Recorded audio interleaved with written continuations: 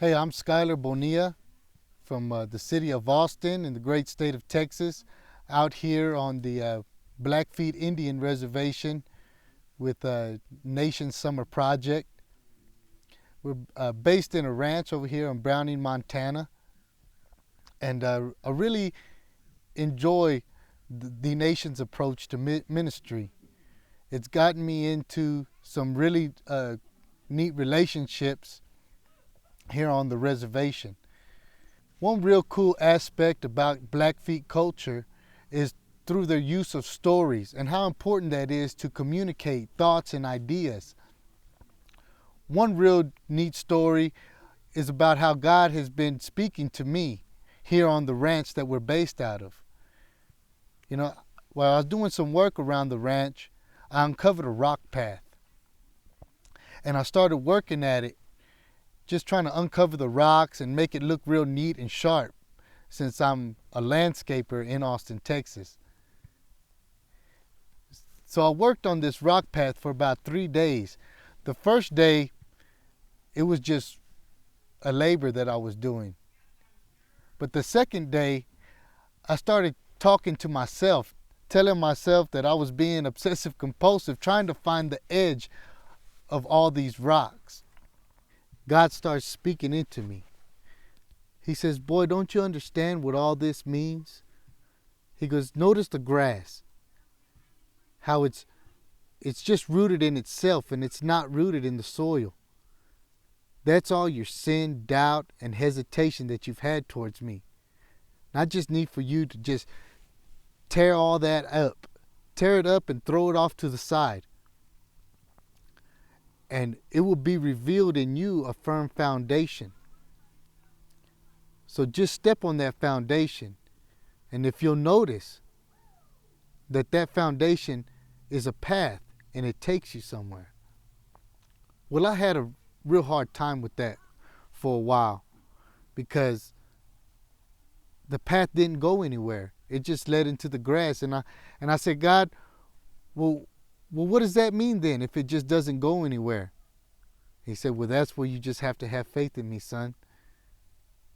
Just have faith that I'm taking you where you need to go." It was a lot of encouragement to me.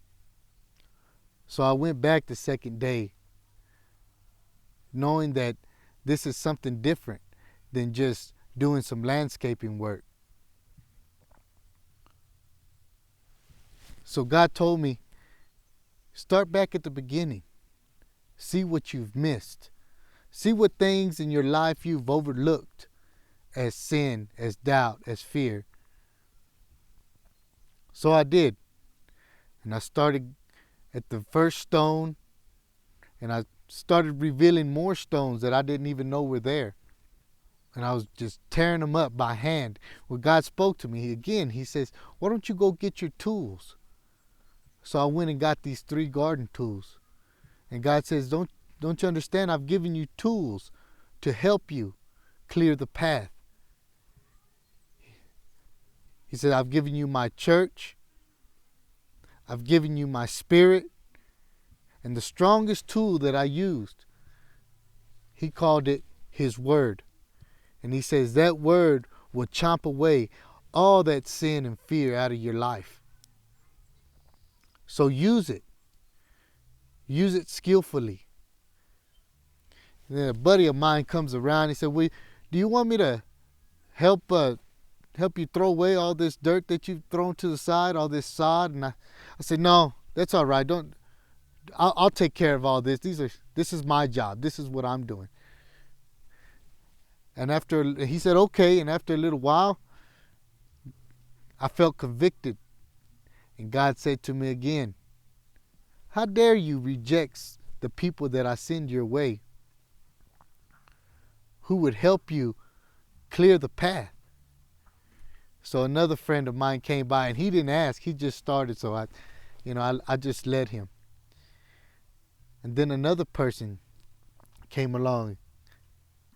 So that friend of mine uncovered the largest stone on this pathway. And I call that stone the stone of humility, because I have to be humble in order to let people help me on my path.